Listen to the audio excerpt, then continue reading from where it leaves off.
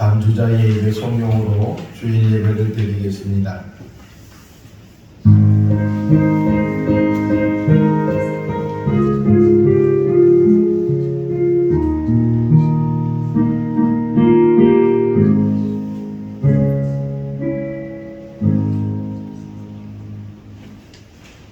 여호와를 경외하는 자들아, 너희는 여호와를 의지하여라. 그는 너희의 도우심이 되고 너희의 방패시로다. 여호와께서 우리를 생각하사 복을 주시되 이스라엘 집에도 복을 주시고 아론의 집에도 복을 주시며 여호와께서 너희를 곧 너희와 너희의 자손을 더욱 번창하게 하시기를 원하노라. 아멘. 사랑과 은혜가 충만하신 하나님 아버지, 무더운 여름날씨 가운데서도 지켜주시고 또 태풍 카눈이 지나갈 때도 지켜주시고 은혜 가운데 살다가 거룩한 날 주의 전에 모여 예배를 올려드립니다. 이곳에 모인 모든 성도들이 한 마음이 되게 하시고 하나님을 바라보게 하시고 하나님께 영광 돌리게 하여 주시옵소서. 아멘. 예수님의 이름으로 기원하옵나이다. 아멘. 다 같이 일어나시겠습니다. 찬송가 28장입니다.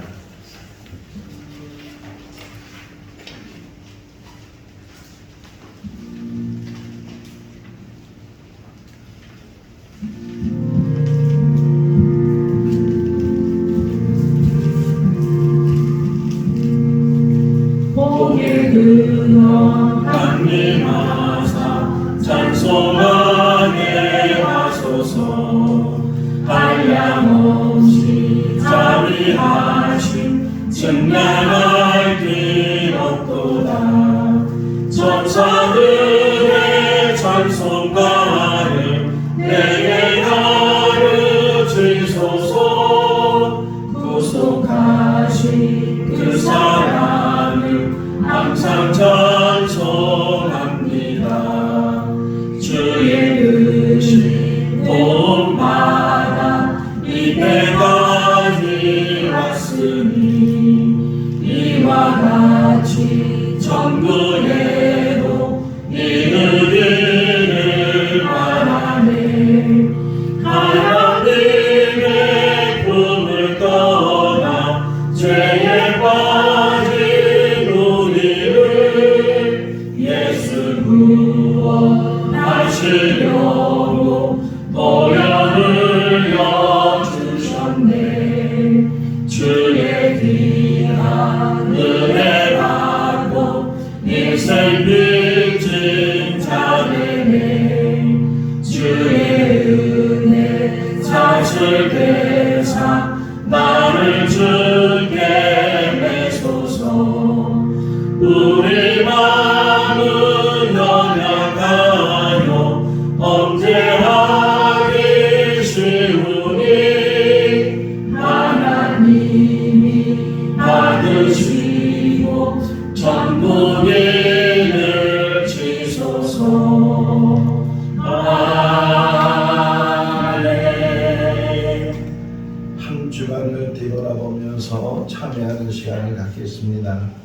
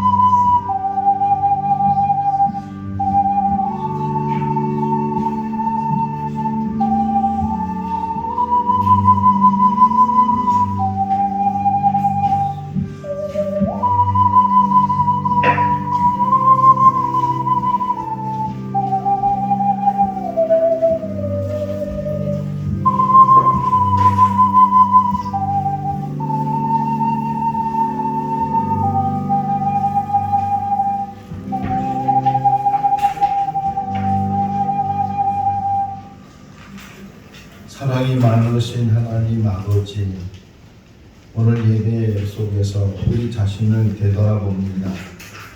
하나님을 믿는 사람이라고 하면서 우리의 삶은 부끄럽고 또 하나님 앞에 바로 서지 못할 때가 많이 있습니다. 말과 행함에 있어서도 거짓되고 위선된 그런 삶을 살아왔습니다. 우리 안에 있는 더럽고 추악한 부끄러운 모든 것들을 소멸하여 주시옵소서. 주님의 보혈로 씻어주시고 깨끗할 수 있도록, 새로워질 수 있도록, 변화될 수 있도록 은혜를 베풀어 주시옵소서. 새 사람이 되게 하여 주시기를 간절히 바라옵고 우리 죄를 대속해 주신 예수 그리스도 이름으로 기도하옵나이다. 아멘. 사도신경으로 신앙을 고백합니다. 나는 전능하신 아버지 하나님 천지의 창조주를 믿습니다. 나는 그의 유일하신 아들 우리 주 예수 그리스도를 믿습니다.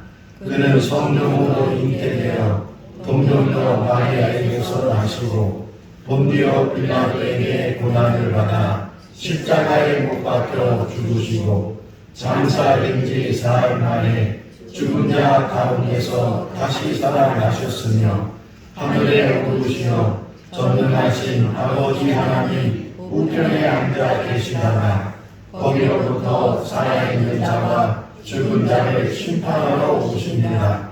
나는 성령을 믿으며 거룩한 공교회와 성도의 교제와 죄를 용서받는 것과 몸의 부활과 영생을 믿습니다. 아멘. 자리에 앉으시겠습니다. 찬송가 305장입니다.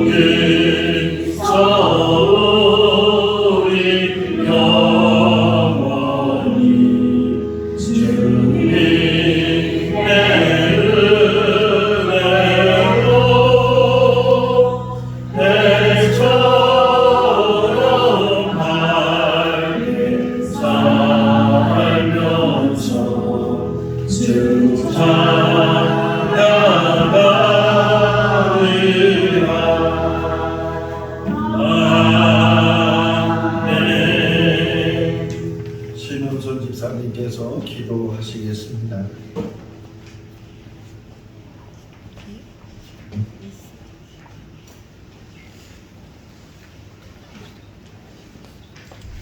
생각하건대 현세의 고난은 장차 우리에게 나타날 영광과 비교할 수 없도다. 살아계신 하나님 아버지 감사합니다.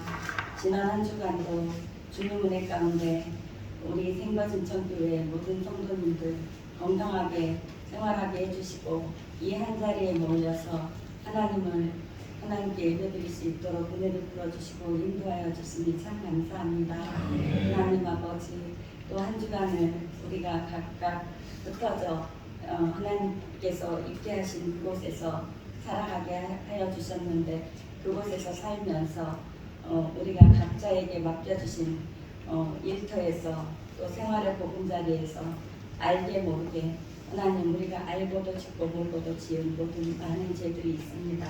하나님, 때로는 이웃을 사랑하라 하신 그 말씀을 온전히 지키지 못하고 또 시기하기도 하고 또 분쟁하기도 하고 아버지 또 다투기도 했던 그런 모습들이 있습니다. 하나님, 또 서로 용서하지 못하고 더욱 사랑하지 못했던 우리들의 죄를 용서해 주시옵소서.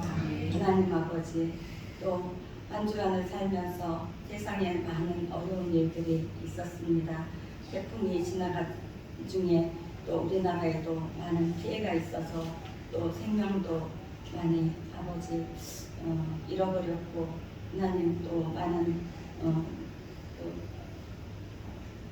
피해가 있어서 아버지 또 어려운 일이 많이 있었습니다. 그런 중에서도 하나님 우리를 지켜주셨고, 하나님 또 어려움 당한 이웃들에게도 하나님 또 위로하여 주시고 잘 회복되어 줄 수 있도록 주님 함께하여 주시옵소서. 하나님 아버지, 또 하와이에도 큰 불이 나서 또 생명이 많이 아버지 또 잃어버렸고 하나님 많은 이들이 어려움을 겪고 있습니다. 하나님 저들을 또 불쌍히 여겨주시고 구원하여 주시고 위로하여 주시옵소서. 하나님 잘 회복되어 줄 수 있도록 온 세상을 하나님께서 은혜로 다스려 주시고 치유와 회복의 은혜로 허락하여 주시옵소서.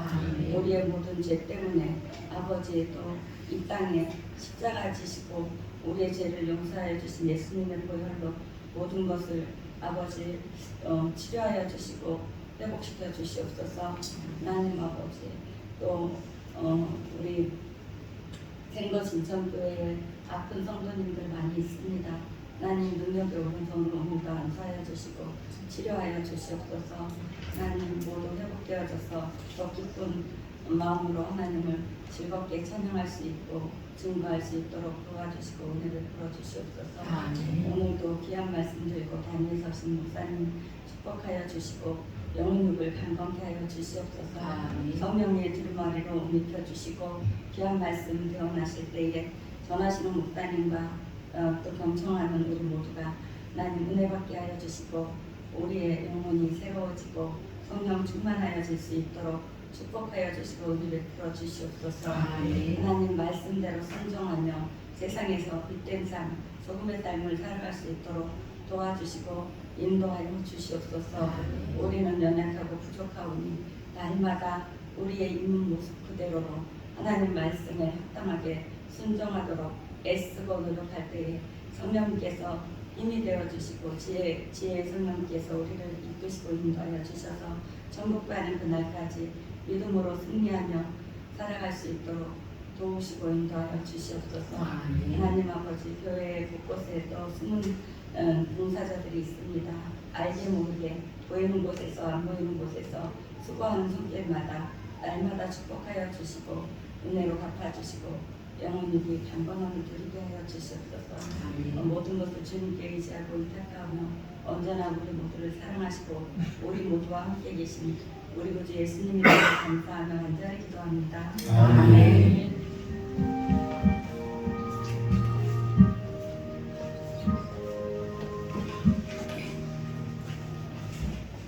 오늘 우리에게 주신 하나님의 말씀은 욥기 42장 7절에서 9절 말씀입니다. 구약성경 804조 욥기 42장 7절에서 9절 말씀입니다. 제가 7절을 읽고 여러분이 8절을 읽고 9절은 같이 읽도록 하겠습니다. 여호와께서 욥에게 이 말씀을 하신 후에 여호와께서 대만 사람 엘리바스에게 이르시되 내가 너와 내 두 친구에게 노하나니 이는 너희가 나를 가리켜 말하는 것이 내 종 요셉의 말같이 옳지 못함이니라. 그런즉 너희는 스스로 일곱과 순양 일곱을 가지고 내 종 요백에 가서 너희를 위하여 번제를 드리라. 내 종 요백이 너희를 위하여 기도할 것인즉 내가 그를 듣게 하리니 너희가 원해한 만큼 너희에게 갚지 아니하리라. 이는 너희가 나를 가르쳐 나가니 내 종 요백 말같이 옳지 못하리라. 같이요. 이에 대만 사람 엘리마스와 수아 사람 빌닷과 나아마 사람 소발이 가서 여호와께서 자기들에게 명령하신 대로 행하리라. 여호와께서 욥을 기쁘게 받으셨더라. 아멘. 이강래 전도사님께서 찬양하겠습니다. 네?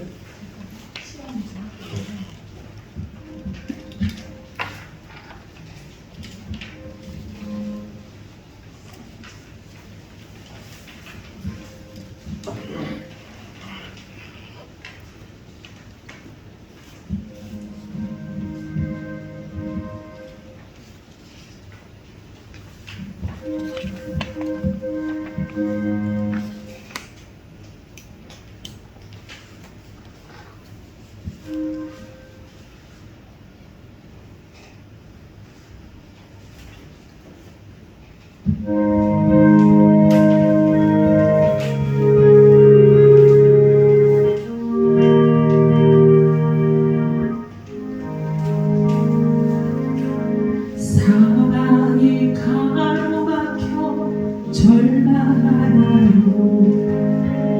눈을 들어 하늘을 쳐다보세요. 당신을 사랑하는 하나님께서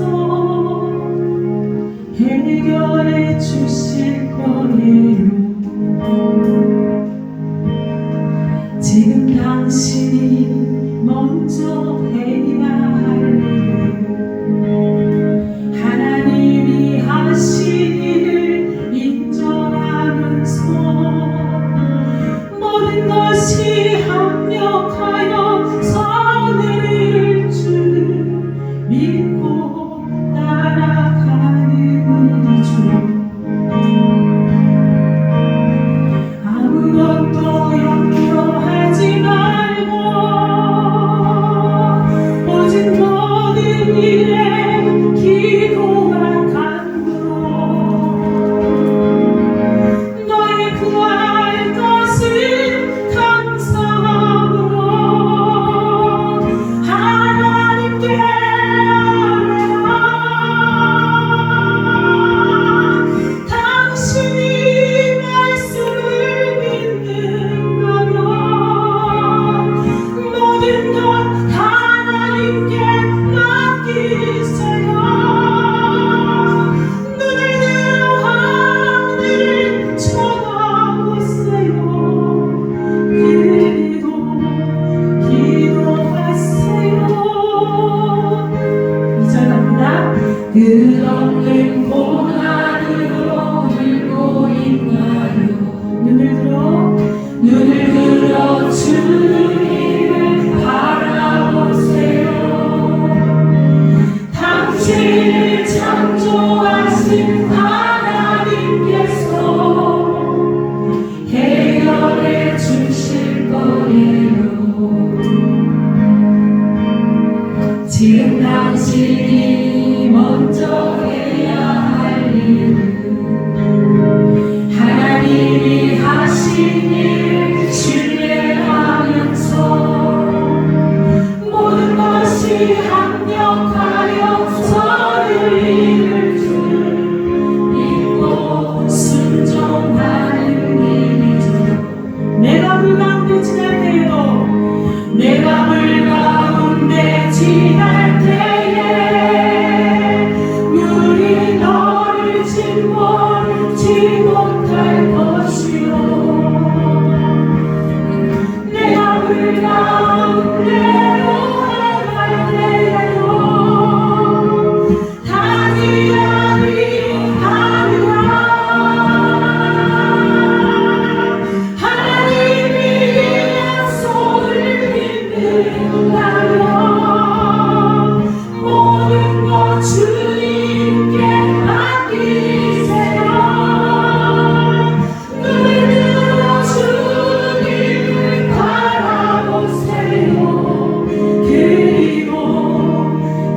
기도하세요. 사랑이 가로막혀 사랑이 가로막혀 절망하나요. 눈을 들어 하늘을 쳐다보세요. 당신을 사랑하는 하나님께서 해결해 주실 거예요. 아멘. 지금 당신이 먼저 해야 할 일은 하나님이 하신 일을 인정하면서 아멘. 모든 것이 합력하여 선을 이룰 줄 믿고 나아가는 일이죠. 아무것도 염려하지 말고 오직 모든 일에 기도와 간구로 너를 구할 것을 감사함으로 하나님께 아뢰라. 당신이 이 말씀을 믿는다면 모든 것 하나님께 맡기세요. 눈을 들어 하늘을 쳐다보세요. 그리고 기도하세요. 눈을 들어 하늘을 쳐다보세요. 그리고 기도하세요. 그리고 찬양하세요. 그리고 감사하세요. 그리고 감사하세요. 아멘. 할렐루야. 아멘. 우리 옆 사람하고 잠시 인사하겠습니다. 한 주간 동안 잘 지내셨습니까? 캠프페이는 없으니까 이렇게 또 반가운 얼굴들을 보게 되고 또 오늘 새로 오셔서 같이 예배드리는 우리 임정님 우리 성도님 또 신기석 우리 성도님 이렇게 오셔서 같이 예배 드리게 돼서 감사합니다. 우리 신기석 성도님은 식당을 운영하는 사장님이세요. 지금도 다 보신데 그래도 이렇게 오셔서 같이 예배 드리게 돼서 너무 기쁘고 또 감사드립니다. 자, 주일을 기다리셨나요? 아멘. 하나님의 말씀을 사모하고 있나요? 아멘. 그 사모하는 마음에 오늘도 우리에게 은혜를 주실 줄로 믿습니다. 아멘. 한번 따라하겠습니다. 인생은 자기를 만드는 것이다. 자기를 만드는 것이다. 이제까지 살아오면서 우리 자신을 만들었고 또 앞으로 얼마를 살지는 모르지만 그 살아가는 동안에도 자기를 만들어가는 것입니다. 잘 만든 사람도 있을 테고 또는 잘못 만든 사람도 혹 있을지 모르지만 지금부터는요. 다시 우리가 좋은 그런 성품을 가지고 우리 자신을 만들어 간다면 그럼 남들보다는 늦게 시작을 했어도 남은 모든 인생 속에서는 정말 멋진 그런 모습을 우리가 만들어 가게 될 줄로 믿습니다.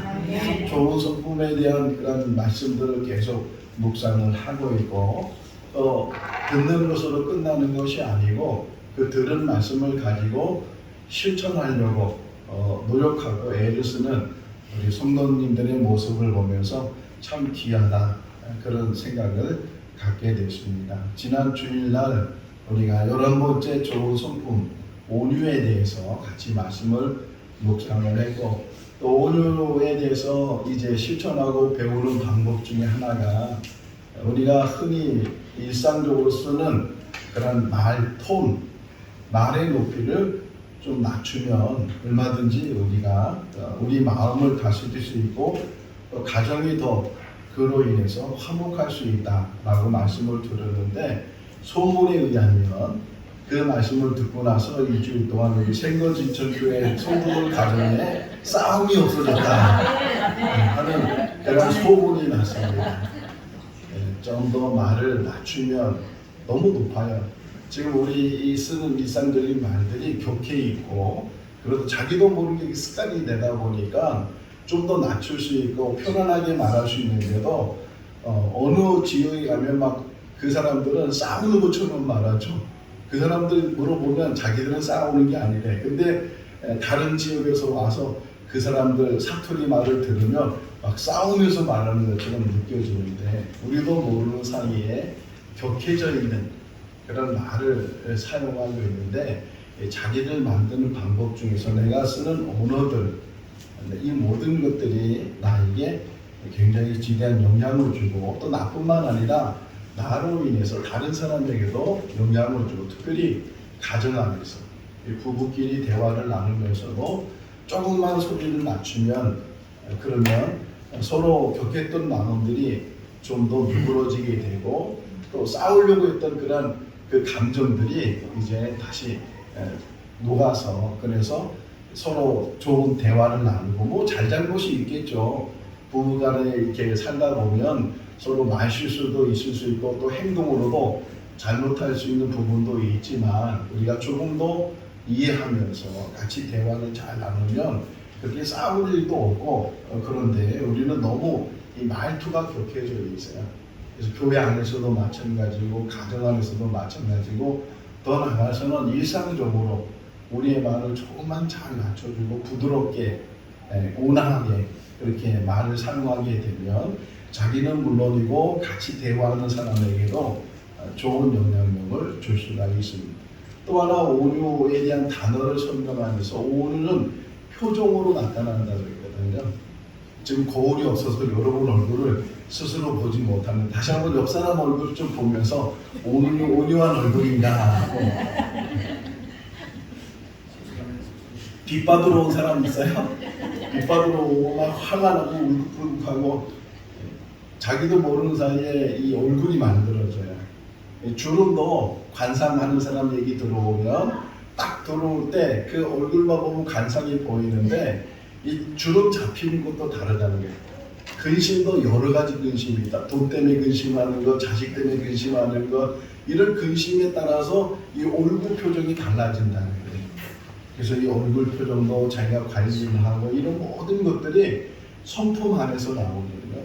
그러니까 목소리도 마찬가지로 제가 어느 지역에 가서 식당에 들어가서 이제 식사를 주문을 하는데 그 식사 주문 받는 사람이 목사님이세요? 이렇게 물어보더라고요. 처음 보는 사람인데 그 말투가 거기에 목사님 말투가 나온다는 거예요. 깜짝 놀랐어요. 가서 도둑질도 못해. 우리의 말하는 것, 우리의 행동하는 것, 우리의 모든 것들이 일상적으로 늘 쓰는 것들이 결국은 그것을 자기가 만들어가게 되는데 그 만드는 과정 속에서 좀 더 우리 좋은 성품 안에서 우리를 만든다면 물론 지금도 다 훌륭하시지만 그 좋은 성품 안에서 더 훌륭한 그런 인격의 모습을 가지면서 우리가 살아가게 될 줄로 믿습니다. 가정 안에서 가장 중요한 인물이 중요한 사람이 누구냐면 가장입니다. 남편 또는 아버지. 그 남편의 표정, 남편의 말, 남편의 삶, 또 아버지의 표정, 아버지의 말, 아버지의 삶을 통해서 그 가정이 화목할 수도 있고 화목하지 못할 수도 있습니다. 우리 남자분들만 한번 저를 따라하겠습니다. 남자분들은 남편이시고 또는 아버지이시고 아직 뭐 결혼 안 하는 우리 형제도 계시지만 아버지들만 따라서요. 나는 절대로 화내지 않겠다.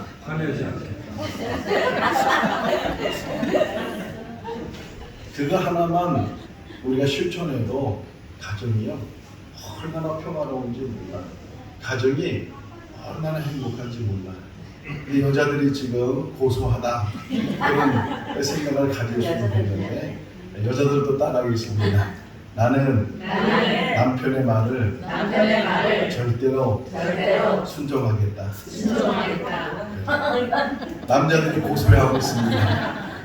성경에 나오는 이야기에 아내된 자리여 남편에게 순종하고 복종해라. 남편된 자리여 아내를 주님이 교회를 사랑하는 것처럼 사랑해라. 남편이 아내와 싸우면요 기도가 안 된다는 거예요. 기도를 하려면 아내와 더불어 화목을 하고 서로 남편과 아내가 서로 이해해주고, 나는 원래 경상도 사람이라 기질이 화를 내야 된다고, 말이 격해야 된다고, 경상도 사람은 다 그렇지 않거든요. 또 다른 무슨 지역 아무 상관없어요. 우리 집안 내력이 그렇다고, 우리 아버지도 그렇게, 그거 다 소용없어요. 자기는 자기가 만드는, 아무리 환경적인 영향이 많이 있다 할지라도, 뭐 DNA 유전자가 우리에게 흐른다 할지라도 얼마든지 우리 스스로 우리 인생을 만들어가고 바꿀 수 있어요. 잘못된 부분을 지금이라도 고친다면 얼마든지 가정 안에서도 화목할 수가 있어요. 우리 남자 된 우리들은, 남편 된 우리들은, 아버지 된 우리들은 절대로 화내면 안 돼요. 어떤 말이라도 아무리 아내가 바가지를 긁어도 그 말 때문에 물론 마음은 상하죠. 속상할 수도 있어요. 내 마음을 몰라줄 수도 있어요. 그럼에도 불구하고 격하지 않으면 싸움이 안 돼요. 손바닥도 마주쳐야 소리가 난다고 하는 것처럼 아무리 여자가 그렇게 긁어대도 바가지를 해도 싸우지 않으면 얼마든지 그것을 피할 수 있고, 누구로 지면 얼마든지 대화로 그 모든 것들을 해결할 수가 있고, 또 남자들은, 여자들은요 그렇게 맞고 싶은가 봐. 스스로 때리라는 거야. 딱 때리라고 막. 그러면 안 돼요. 남편이 격해 있을 때, 감정이 상해 있을 때는 조금 누그러뜨리고 입을 다물고 기다리고, 하루 지나든 일주일이 지나든 좀 지나고 난 다음에 그것을 다시 한번 되짚어 보면, 그러면 이해하는 것도 생기고, 오늘 이제 관용에 대한 말씀을 묵상할 텐데, 이 관용이 뭔가를 잘 이해를 하면 오늘 말씀도 은혜가 될 줄도 믿습니다. 이 관용이라는 단어는요 성경에 많이 나오진 않아요. 제가 성경 전체, 성경 사전이 있어요. 성경 사전이 있어서 그 단어를 치면 그 성경 안에 그 단어가 몇 개 있는지를 다 잡아내요. 우리가 얼마나 좋은 시대에 사는지 몰라요. 근데 우리가 가지고 있는 이 개역 개정에 관용이라는 단어가 성경 안에 8개 정도가 나와요. 그러니까 다른 단어에 비하면 너무 적은 단어죠. 그런데 이 관용이라는 단어가, 이 단어 자체는 적지만 그 의미적으로는 성경 전체에서 이야기를 해주고 있습니다. 자, 관용이라는 뜻을 인터넷에 들어가서 그 사전을 찾아봤어요. 우선 뜻을 이해를 해야 이 관용에 대해서 우리가 성품을 배울 수 있는데, 자, 한번 뜻을 한번 같이 우리가 말해보겠습니다. 한번 따라해 보세요. 남의 잘못 따위를 너그럽게 받아들이거나 용서함. 시작. 남의 잘못 따위를 너그럽게 받아들이거나 용서함. 확실히 머리가 좋아요. 우리 생각지쪽 성도들은 한 번만 이렇게 얘기해도 단어를 배우고 있어요. 남의 잘못 따위를 너그럽게 받아들이거나 용서하는 것. 이걸 관용이라고 해요. 그러니까 어떤 상대방이 뭐 아내가 될 수도 있고, 남편이 될 수도 있고, 자녀가 될 수도 있고, 형제끼리 또는 뭐 성동 관계 또는 직장 동료, 어떤 관계는 남이잖아요. 상대방, 자기가 아닌 다른 모든 사람이 남이 되는데, 그 남이 혹이나 잘못한 것이 있으면 너그러운 마음을 가져라. 더 나아가서는 용서하는 것, 그것이 관용이다. 자, 동양 철학 안에서의 관용도 이야기하고, 특별히 동양 철학하면 중심이 되는 사람이 공자예요. 그 공자가 이 관용에 대해서 설명하면서 한문으로 한 단어를 이야기했는데, 그 한 단어가 뭐냐면 어질인. 그러니까 인, 사람이 어질면 그러면 그 사람은 관용적인 사람이고, 이 어진 사람을 다른 말로 공자가 표현하기를 군자. 군자와 소자를 이렇게 비교할 수 있는데, 군자는 관용하는 사람이고 어진 사람이다. 이 군자는 대장부죠. 큰 사람이고 이해력 있는 사람, 품는 사람인데, 군자의 특징이 많이가 있는데 그 중에 하나 우리 관용을 또 우리가 잘 이해해야 돼요. 자, 군자의 특징을 먼저 좀 우리가 이해를 해야 되는데 우리 군자가 되면 너무 좋겠죠. 군자를 만나는 것도 행운이고 자기 자신이 군자가 되는 것도 참 훌륭한 일인데 군자는 뭐 다른 면에서는 다 본이 되지만 이렇게 해요. 자기 자신에게는 엄격하고 다른 사람에게는 관용하는 사람 이렇게 돼 있어요. 자기 자신에게는 엄격하고 다른 사람에게는 관용하는 사람. 근데 대부분의 사람들은 반대로 살아요. 반대로. 자기에게는 얼마나 관용이 많은지 몰라. 자기 잘못에 대해서는 얼마나 관용하는지 몰라. 억울한지 몰라. 얼마나 자기 스스로 용서하는지 몰라. 근데 다른 사람의 잘못에 대해서는 요만한 것도 이해를 못 해주고 받아들이지 못해주고 그거 갖고 불을 뿜고 시기하고 다툼 갖고 그런 모습들 그게 소자라는 거예요. 군자는 오히려 자기 자신에게는 엄격해. 자기가 조금만 잘못해서 내가 이거 잘못하면 안 되겠다 고치고 그래서 군자는 2번 실수를 안 하는 사람을 가리켜서 군자라고 해요. 공자가 말하기를. 그래서 자기 스스로의 잘못에 대해서 깊이 깨닫게 되고 반성하게 되고 돌이키게 되고 혹이나 남의 잘못에 대해서는 좀 더 너그러운 마음을 가져서 그 이해를 해주고 더 나아가서는 용서를 해주고 그런 모습들을 우리가 가지고 살아야 돼요. 우리가 이렇게 좋은 성품을 계속 듣고 배우고 있는데 저거는 너무 우리하고는 거리가 먼 말씀이고 우리는 할 수가 없어. 이런 사람들에게 그래서 지난 시간에 말씀드렸잖아요. 단정하면 안 된다고. 나하고는 관계없는 말씀을 지금 내가 듣고 있다고 생각하면 아무리 좋은 말도 아무 소용이 없어요. 사람은요 불가능하다고 생각하는 것도 가능하다고 생각하면 이루어지는 일이 많아요. 마찬가지로 어린아이들도 보세요. 어린아이들도 어려운 일을 해내는데 그 어려운 일을 해낼 수 있는 것이 뭐냐면 관심과 집중이에요. 그러니까 관심을 가지고 집중하게 되면 아무리 어려운 일도 능히 해낼 수 있고 물론 노력이 필요하고 힘든 과정이 필요하지만 이 관심을 가지면 그것도 다 이길 수 있어요. 이 관용이라는 단어가 좀 어려운 부분이 있지만 그럼에도 불구하고 이것을 우리 스스로가 내가 한번 해보겠다. 관용을 내가 가져보겠다. 관용적인 삶을 살아겠다. 이런 사람들에게 얼마든지 이것이 우리에게 다가올 수 있고 이해할 수 있다 하는 것을 가르쳐 주고 있어요. 자, 관용은 성경에서 이제 표현되는 것을 이제 찾아가게 돼요. 단어적으로는 몇 개 정도 나온다 그랬어요? 이치들 8개 정도가 나오는데 그런데 그 성경에 나오는 인물들을 보면 제가 이제 찾아봤어요. 이 관용이라는 단어를 중심으로 두고서 성경에 나오는 믿음의 사람이라는 사람들을 찾아보니까 공통점이 뭐냐면 관용하는 사람이었어요. 우리들도 그 성품을 배울 수 있기를 바랍니다. 아멘. 제일 먼저 나오는 믿음의 사람은 아브라함이죠.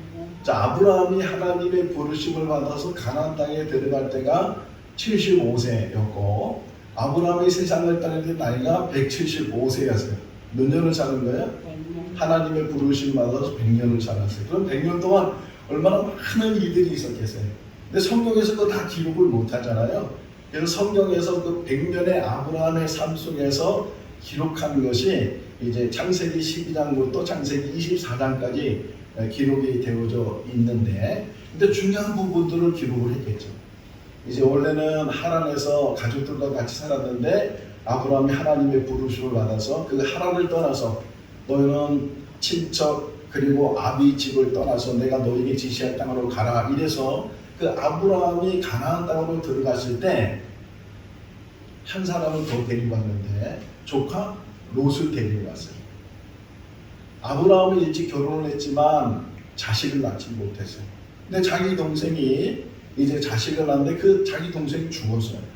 그래서 이 롯이 이제 큰아버지죠. 아브라함이 큰아버지인데 그 큰아버지를 따라서 가나안 땅으로 같이 들어가요.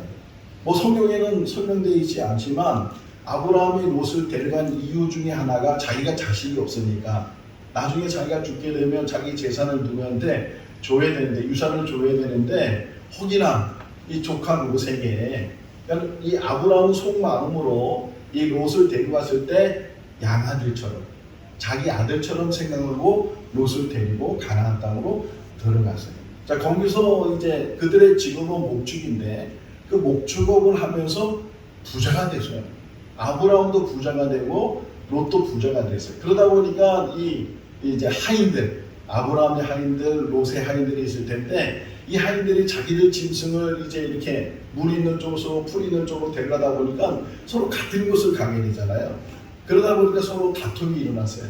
싸움이 일어났어요. 이걸 이제 본 아브라함이 걱정이 생긴 거예요. 우리나라 말에 어린아이들 싸움이 뭐가 된다고요? 어른 싸움이 된다고요.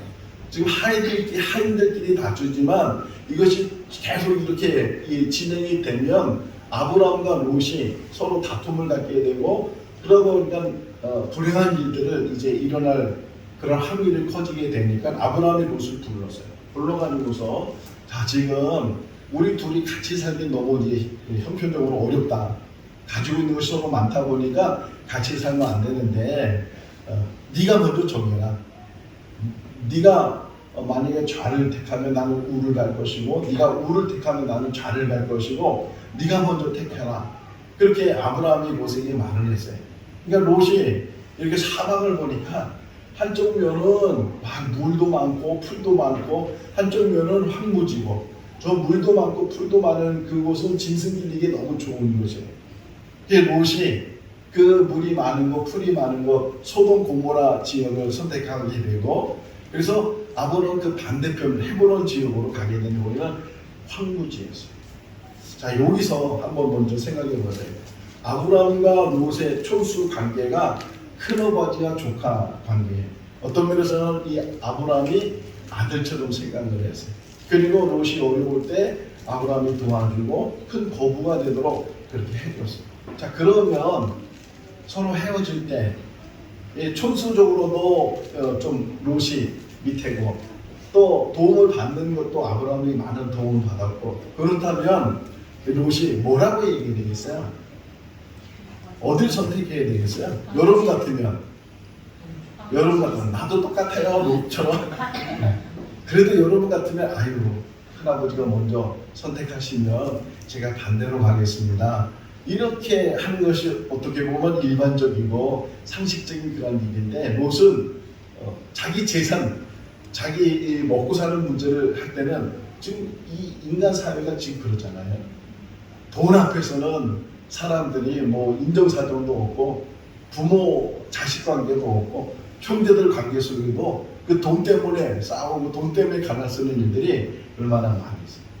그 모습 그대로 롯은 먼저 자기가 먹고 살겠다고 자기가 더 좋은 곳을 가겠다고 그 지역으로 가고 이 아브라함은 황무지로 가고 그런데 그 좋은 곳은 사람들이 그냥 두겠어요? 거기 전쟁이 일어났어요. 그래서 그 갔던 이 롯의 삶이 무너져 버렸어요. 롯이 사로잡혀 가게 되고 그 재산을 다 탈취당하고 그 소식을 아브라함이 들어요. 이게 창세기 14장에 나와요. 아브라함이 이제 자기 어렵게 살고 있는데 조카 롯이 잘 살고 있다는 소식을 들어야 되는데 지금 잡혀갔다는 거예요. 재산 다 지금 빼앗겼다는 거예요. 그러면 어떤 면에서는 나하고 상관없는 아니라고 나하고 인연이 끊은 아니라고 그런 마음을 혹이나 우리가 가질 수 있는데 아브라함은 자기가 데리고 있는 318명의 사람을 데리고 그 사로잡혀간 롯을 찾아가요. 전쟁을 해서 그래서 롯을 찾고 롯이 가지고 빼앗겼던 모든 재산을 다 찾아와요. 관용이라는 단어가 그 안에 있진 않지만 그 아브라함의 삶 속에서 우리에게 보여주는 게 뭐냐. 우선 갓났을 때에 양보하는 것. 자기가 얼마든지 주장할 수 있고 먼저 택할 수 있는데 그런데 자기 조카에게 다른 사람에게 배려해 주는 것. 또 다른 사람이 그렇게 어떻게 보면 마음이 분할 수도 있잖아요. 괘씸할 수도 있잖아요. 그런데 그가 어려움을 당했다는 소식을 들었을 때 만사를 제쳐놓고 그를 도와주려고 그를 구해주려고 갔던 그 아브라함의 모습, 이게 관용의 모습이고 이게 축복의 통로가 돼요. 자, 요셉의 이야기를 좀 보십시다. 창세기 45장을 보면 그 전에 이야기가 뭐냐면 요셉이 형들로부터 시기를 당했어요. 그리고 형들 때문에 요셉이 노예로 애굽으로 팔려갔어요. 그 보디발 집에서 노예로 오랫동안 생활을 했어요. 그것도 모자라서 그 보디발의 아내 때문에 억울하게 감옥에 들어가서 죄수가 돼서 감옥 생활을 했어요. 그러나서 어떻게 바로의 꿈을 해몽을 해줘서 그가 일약 애굽의 총리가 됐어요. 바로의 꿈대로 7년 흉년이 들고 7년 흉년이 들었어요. 7년 흉년이 시작하면서 그 가나안 땅에 살았던 자기를 팔았던 그 형들이 곡식 때문에 애굽에 내려오게 되고 바로 이 요셉 앞에 서게 됐어요. 성경에 보면은 요셉은 형들을 알아봤지만 형들은 요셉을 알아보지 못했어요. 설마 자기 동생이 노예로 팔은 자기 동생이 애굽에서 총리가 됐다는 생각은 꿈에서도 하지 못했어요. 그래서 다른 사람인 줄 알고 어쨌든 곡식을 얻기 위해서 갔다가 두 번째 가게 됐는데 그 두 번째 갔을 때 이 요셉이 자기 감정을 추스리지 못하고 그리고 대성통곡을 하면서 자기 형들에게 말해요. 이게 45장에 나오는데 내가 요셉입니다. 얼마나 놀랬겠어요 형들이. 동생을 죽이려고도 했고 돈을 받고 노예로 팔아버린 형들인데 얼마나 놀랬겠어요. 스쳐 지나가는 것이 뭐냐면 이제 우리는 죽었다. 내 동생 저 요셉이 우리를 가만두겠는가. 그때 요셉이 그 형들에게 하는 이야기가 내가 애굽에 온 것은 당신들이 나를 팔은 것이 아니고 하나님이 나를 먼저 보내셨어. 아멘. 큰 구원을 이루기 위해서. 아멘. 관용이죠. 그 남의 잘못된 것들 이런 것들을 너그럽게 받아들이고 또 나가서는 용서해줘. 자, 다윗의 이야기를 하나 더 합니다. 다윗이 이제 골리앗을 죽였어요. 그리고 나서 소문이 났어요. 그 당시에 왕은 사울인데 여자들이 노래하는데 사울은 천천히요 다윗은 만만이라 노래하는 그 소리를 들은 사울은 시기를 하게 되고 두려움을 갖게 돼요. 이러다가 내가 왕위를 빼앗기는 건 아닌가. 그래서 그때부터 사울이 다윗을 죽이려고 계속 쫓아다니고 한두 번이 아니에요. 죽일 때까지 쫓아다니는 거예요. 그런데 이 사무엘상 24장을 보게 되면 마침 다윗이 사울을 죽일 기회를 생겼어요. 엔게디라는 지역에 굴이 하나 있었는데 다윗이 그 굴 속에 숨었어요. 그런데 사울이 다윗을 쫓아다니다가 급한 볼 일이 생겼어요. 뒷간을 가야 돼요. 그래서 찾아보니까 그 굴이 있는 거예요. 그래서 굴 있는 데 가서 이제 볼일을 보려고 주저앉았겠죠. 그때 다윗과 함께한 사람들이 다윗에게 뭐라고 하면 기회입니다. 사울을 죽일 수 있는 기회입니다. 이 사울 때문에 당신이 지금 도망다니고 어려움을 당하고 있는데 저 사울만 죽이면 당신이 이제 도망다니지 않게 됩니다. 자꾸 옆에 있는 사람은 이해했어요. 그런데 그 말을 들은 다윗이 다 물리치고 사울을 죽이지 않고 사울의 볼일을 보는 그 옷자락, 볼일 보고 있을 때 얼마나 심정이 다른데 뭐 못 쓰잖아요. 옷자락을 뱄어요. 근데 성경 표현을 보면 그 사울의 옷자락을 벤 것도 마음을 아파요. 이게 다윗의 모습이에요. 이런 일이 또 한 번 있었어요.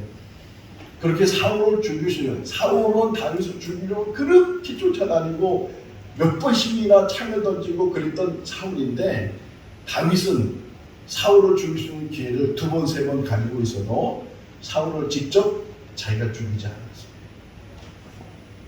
관용이라는 것은 믿음의 사람들이 가지고 있는 공통적인 모습.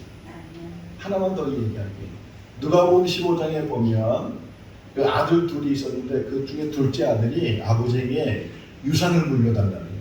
유산이라는 것은 부모님이 돌아가실 때 받는 게 유산인데 살아계신데도 불구하고 유산을 달라는 거예요. 그래서 아버지가 그 둘째 아들에게 그 둘째 아들의 목을 줬어요. 그때는 그것 가지고 먼 나라로 가서 허랑방탕하게 살고 그러다가 다 탕진해버리고 나라에 흉년이 들어서 이제는 먹을 것이 없는데 돼지 치는 일을 하다가 돼지가 먹는 지연면도 없어서 굶어 죽는 그런 상태 속에서 이 둘째 아들이 아버지를 생각하게 되고 아버지 집을 찾아가요.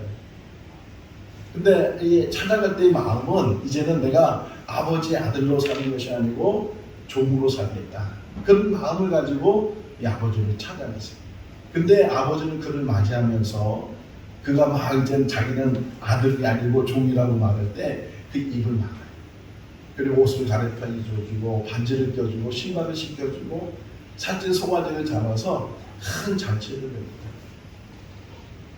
초점이 둘째 아들이 있는 것이 아니고 그 아들이 나갔을 때부터 계속 기다렸어요. 저 멀리 동구방 멀리 다시 자기 아들이 돌아올 그 모습을 기대하면서 기다렸어요. 그리고 돌아왔을 때 우리 같아서 어떻겠어요? 몸뚱이 들어서 때려칠지도 몰라. 집 나가라고 나갈 때 언제고 이렇게 해서 들어왔냐고. 그게 일반적인 어떻게 보면 인간의 모습일 텐데 아버지는요 묻지도 않았어요. 돈 어디서 썼냐고 어떻게 너 거짓말로 왔을 거 아니에요. 그럼에도 불구하고 그 아들을 다시금 아들로 맞이해주는 그 아버지. 그게 하나님의 관용이고 성도들이 이 땅에 사는 날 동안 가져야 될 관용. 관용 안에는 뭐가 들었다고요? 용서가 들었어요. 용서. 내가 용서받은 것을 깨닫게 되면 남을 용서할 수 있어요. 우리가 용서하지 못하는 이유는 하나님의 용서를 깨닫지 못하기 때문에 하나님께서 나를 용서해 준 것을 깊이 깨닫는 사람은 우리에게 잘못한 사람과 잘못한 그 사람의 일들에 대해서 얼마든지 용서할 수 있어요. 오늘 그 얘기를 이제 잠깐 하려고 해요. 자, 욥에 대한 이야기는 욥기서 전체를 보면 다 알 수 있는데 욥은 의로운 사람이라 그래. 하나님이 칭찬하는 사람이에요. 그럼에도 불구하고 욥 역시도 하나님 앞에는 불의한 사람이고 죄인이에요. 자, 어쨌든 이 욥이 괴로움을 당했을 때 재산을 다 잃어버리고 몸에 종기가 생겨서 괴로움을 당하고 있을 때 친구 셋이 찾아왔잖아요. 엘리바스, 빌답, 소발이 찾아와가지고서 처음에 위로하는 것처럼 말을 했는데 계속 욥을 괴롭혀요. 8절 끝부분에 보게 되면 욥의 말이 맞다. 너희들이 거짓말을 하고 잘못된 말을 하고 괴롭히는 말한 것이 맞다. 이렇게 말할 정도로 이 욥의 세 친구가 계속 욥을 힘들게 해요. 그런 과정 속에서 욥이 하나님을 만나게 되고 그가 하나님 앞에 죄인된 것을 깨닫게 돼요. 자, 우리가 몇 절부터 읽었죠? 7절부터 6절을 보세요. 6절. 자, 6절 한번 읽어볼까요? 그러므로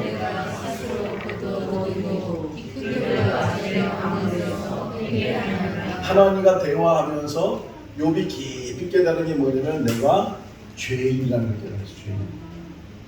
자, 용서는 중요한 부분이 하나 있어요. 누이쳐야 돼요. 둘째 아들이 누이쳐서 아버지 집으로 찾아온 것처럼 진정한 용서는 용서했다고 해서 용서가 되는 것이 아니고 용서받는 사람이 자기 잘못을 깨닫고 누이치게 될 때. 자, 여러분들은 얼마나 큰 죄를 가지고 있나요? 여러분 얼굴 보니까 나는 죄가 조금이라고, 나는 하나님 앞에 죄가 없다고 혹이나 그런 사람이 있을지 모르겠어요. 자, 설교 준비하면서 이 설교 오늘은 긴데 우리 8절까지 갔어요. 이제 길게 좀 남았어요.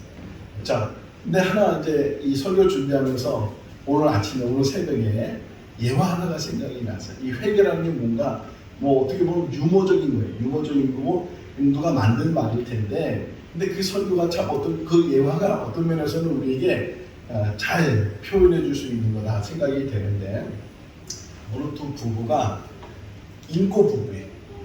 서로 그렇게 울려가지고 그냥 인고 부부인데 그만 사고로 그 두 사람이 죽었어요. 그래서 이제 심판을 받는 거예요. 죽어서 심판을 받는데 이 과정이 있어요. 심판받는 과정이 있는데 가니까 한 과정에 가니까 뭘 심판하냐면 바람 피운 거. 이 부부로 살면서 바람 피운 거에 대해서 이제 심판을 하는 거예요. 먼저 아내가 이제 딱 썼어요. 그러니까 그 심판하는 사람이 쭉 보면서 거기는 어떻게 심판하냐면 바람 피운 횟수대로 바늘을 꼬매는 거예요. 이 꼬매는 건데 그 심판하는 사람이 말하기를 저 여자는 5바늘을 꼬매라 그랬어요. 그러니까 이 남편이 너무 화난 거예요. 자기는 정말 이 부부, 인고 부부라고 이렇게 생각하고 서로 사랑한다고 생각했는데 5번이나 고매? 그러면서 이제 화가 났는데 남편이 이제 했었어요. 남편을 쭉 보더니만 여봐라 그래. 그래서 재봉틀을 가져와라. 우리는 5바늘개의 재봉틀이에요. 정말 하나님 앞에 이 죄를 회개하지 않으면, 진정한 용서를 받지 않으면 용서할 수 없어요. 하나님의 용서를 깨닫지 못하면 우리가 얼마나 부끄러운 사람인지, 지금 이렇게 멀쩡해 보이고 선인처럼 보이고 죄 없는 사람처럼 보이지만 우리 인생을 되돌아보면 얼마나 부끄러운 인생을 살고 얼마나 더러운 인생을 살고 얼마나 추한 인생을 살았는지 이 욥이 깨달은 거예요. 처음에 욥의 시작은 저는 의인이요 칭찬 듣는 사람이요, 근데 실상은 그 욥도 역시 하나님 앞에서는 죄인이라는 거예요. 교회를 수십 년 다녀도 이 죄의 문제를 해결하지 않으면, 죄를 하나님 앞에 온전히 고백하지 않으면 진정한 용서를 체험하지 못하게 되고, 이 진정한 용서를 체험하지 못하게 되면 다른 사람도 용서하지 못해요. 예수님 말씀이잖아요. 1만 달란트 탕감을 받았어도 그것을 제대로 깨닫지 못하면 100데나리온 빚진 자에게 역사를 흔들면서 용서하지 못하는 그런 모습을 보면서 우리들도 마찬가지예요. 용서는 거절되는 게 아니에요. 용서는 대가를 치르는 거예요. 십자가가 그거거든요. 십자가는 하나님의 용서의 표시인데, 우리가 우리의 죄를 다 해결할 수 없으니까 하나님께서 하나님 스스로 그 죄의 대가를 치르시고 용서해 주셨거든요. 용서를 깨달을 수 있기를 바랍니다. 우리가 할 수 있는 일은 고백하는 거예요. 회개하는 거예요. 이 욥이 고백하고 회개했어요. 자, 그 다음에 나오는 얘기가 오늘 본문 7절부터 9절 말씀인데, 뭐라고 이제 요약하면 이 세 사람한테 너는 빨리 욥을 찾아가라. 욥을 찾아가서 욥을 통해서 번제를 드리고 욥을 통해서 기도하게 해라. 찾아갔어요. 이 세 사람이 우리가 잘못했다고 하나님 앞에 기도해 달라고. 그래서 번제를 드리고 이 욥이 하나님 앞에 이 세 사람에 대해서 용서해 달라고 중보해요. 이 관용이 다른 사람을 용서해 달라고 기도하는 것, 그런 욥의 기도를 들으시고 8절 맨 마지막에 보게 되면 하나님이 기뻐하셨다.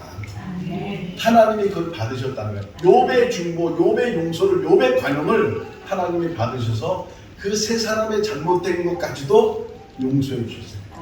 자, 그러면서 거기서 끝난 게 아니고 10절을 보세요. 10절 읽어볼까요?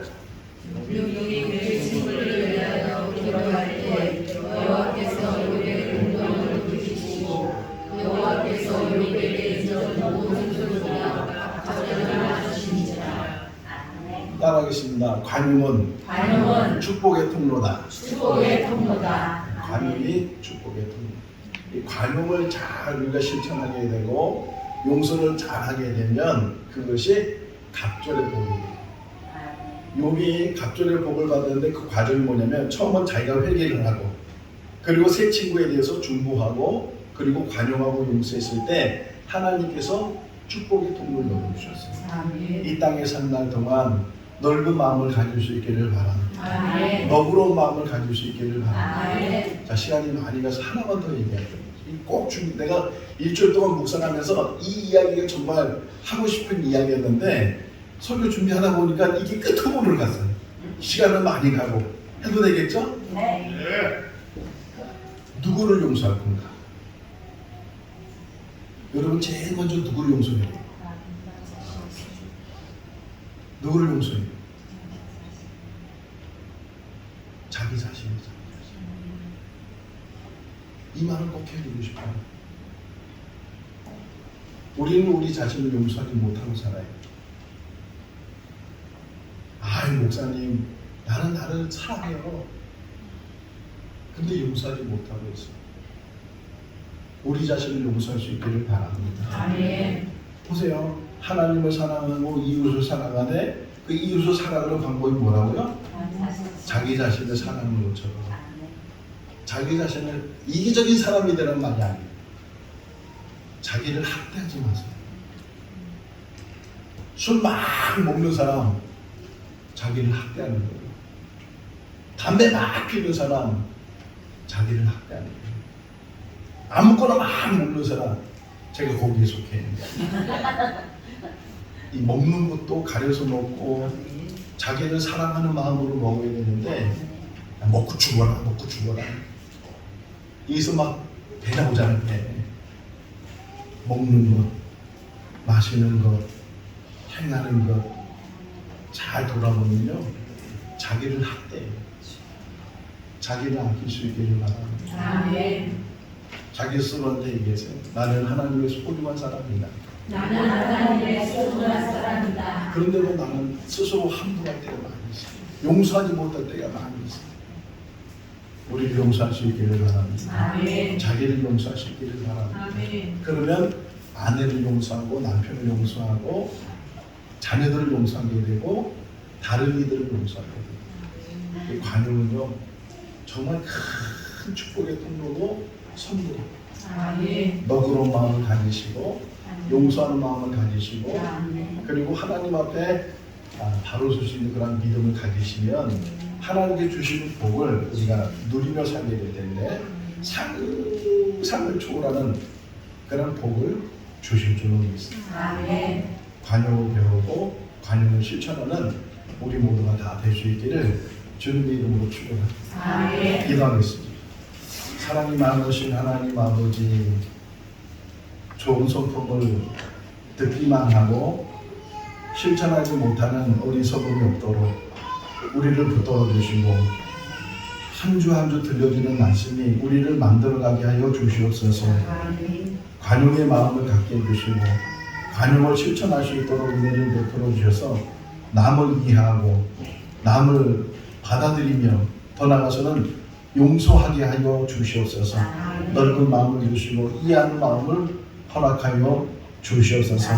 남편을 사랑하고 아내를 사랑하고 또 부모를 공경하고 또 자녀를 보담고 사랑하는 그런 우리들 되게 하여 주셔서 가정 안에서부터 화목이 이루어지게 하시고 교회가 화목되게 하시고 우리가 있는 모든 자리에서 화목이 이루어지게 하여 주시옵소서.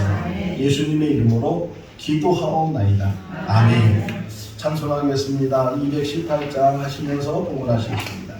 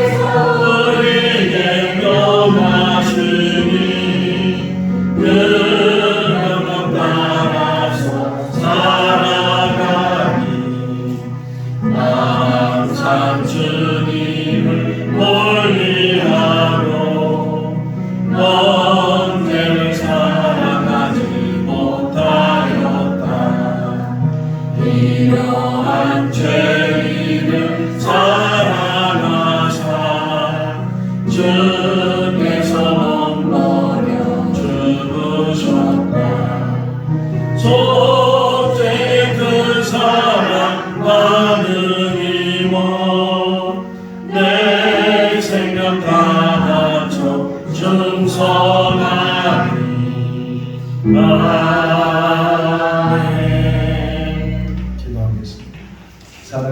하나님 아버지, 오늘도 거룩한 날 저희를 불러주시고 또 하나님 앞에 귀한 예물로 봉헌하게 하여 주신 것 감사합니다. 어려운 가운데서도 하나님께서 구별하여 드리는 그 마음과 정성과 그 믿음과 손길을 보시고 흡양하여 주시옵소서. 하나님 나라에 쌓아주시고 이 예물이 쓰이는 곳에 하나님의 일들이 일어나게 하시고 하나님의 역사가 일어나게 하여 주시옵소서. 복음의 역사를 일으켜 주시고 또 우리 성도들 이 땅에 사는 날 동안 물질적으로 부족함을 없게 해주시고 건강을 지켜주시고 가정을 지켜주시고 손을 대사는 모든마다 형통케 하여 주시옵소서. 아름다운 모습으로 참된 인생이 명품 인생이 될 수 있는 우리 성도들 다 되게 하여 주시옵소서. 예수님의 이름으로 기도하옵나이다. 아멘. 교회 소식 말씀드리겠습니다. 먼저 8월달 송구 한번 읽도록 하겠습니다. 잠언 3장 13절부터 17절 말씀. 지혜를 얻는 자와 명철을 얻는 자는 복이 있나니 이는 지혜를 얻는 것이 은을 얻는 것보다 낫고 그 이익이 정금보다 나으리니라. 지혜는 진주보다 귀하니 내가 사모하는 모든 것으로도 이에 비교할 수 없도다. 그의 오른손에는 장수가 있고 그의 왼손에는 무기가 있나니 그 길은 즐거운 길이요 그의 지름길은 다 평강이니라. 아멘. 내일 읽으시고 또 나가서는 암송할 수 있기를 바랍니다. 우리 예배 참여하는 모든 분들을 환영하고 특히 오늘 새로 오신 두 분도 환영을 합니다. 너무 감사드리고 우리 김원순 권사님 같이 잘 친하게 지내시는 두 분이시고 또 우리 임정임 우리 선생님 성도님의 남편 되시는 분은 선생님이셨는데 지금은 은퇴하시고 또 여기 계시기도 하고 금산에 가서 일을 보시기도 하고 그래서 오늘 못 오셨는데 임병순 선생님이시고 또 제가 만났던 분 중에 한 분이 정독수 부동산 하시는 사장님이신데 지금 우리 김원순 권사님이 전도하고 싶은 분들이에요. 그래서 두 분 오셔서 같이 예배 드리고 신기석 우리 성도님은 사업을 하시는 분이시고 식당을 크게 운영하시는 분이신데 그래서 기도를 해 주시길 바랍니다. 잠깐 두 분 일어나실까요? 잠깐만 환영 박수 할까요? 예, 환영하겠습니다. 아주 큰 마음을 가지신 거예요. 그죠? 한 말씀 하실래? 말씀도 잘하시고 또 요리 솜씨도 대단하시고 같이 저도 한번 만났는데 너무 좋은 분들 이렇게 만나서 우리 김원순 권사님은 우리 교회 얼마나 자랑했는지 두 분이 꼭 이렇게 와보고 싶어 하셔서 이렇게 오셨는데 그래서 기도해 주시고 한 번 발걸음이 계속될 수 있도록 여러분도 기도해 주십니다. 어때요? 좋죠? 네. 그래. 주일날 특송하시고 싶은 분들 언제든지 말씀을 해 주시고 예배 마치게 되면 잠깐 재직회를 가도록 하겠습니다. 오늘 우리 말씀 앞에서는 1월달부터 6월달까지 말씀 암송 대회를 했는데 그 결과는 다음 주일에 여러분에게 말씀을 드리도록 하겠습니다. 내일 모레 15일날 제2차 성경 통독 세미나가 있습니다. 여러분 죽으러 오십시오. 죽으러 와야 삽니다. 6시간 동안 성경 읽는 것이 쉬운 일이 아닌데 그러면 인생이 바뀔 거예요. 인생이 바뀌고 새로운 어떤 도전을 우리가 갖게 될 텐데 저도 지금 죽을 각오로 지금 준비를 하고 있으니까 우리 성도님들도 다른 거 다 제쳐놓으시고 오셔서 같이 하루 성경 통독을 위해서 같이 귀한 시간을 가질 수 있기를 바랍니다. 9시까지 오실 수 있기를 바라고 보라 세미나 원하시는 분들은 우리 진경 전도사님에게 신청을 해 주시기를 바라고 예루살렘 5년 있다가 예루살렘 갈 텐데 우리 많은 분들이 같이 참여해 주시고 또 이렇게 조금씩이라도 저축을 해 주시면 그것이 목돈이 돼서 우리가 함께 갈 수 있을 텐데 같이 가실 수 있기를 바랍니다. 다 같이 일어나셔서 찬송가 171장 1절 하시겠습니다.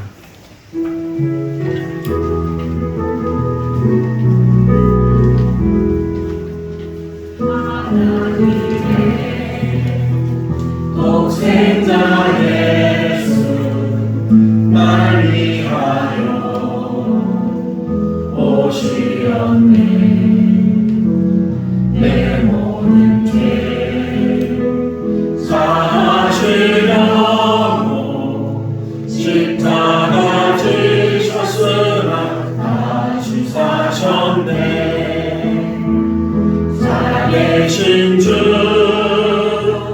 나의 참된 소망 두려움이 사라지네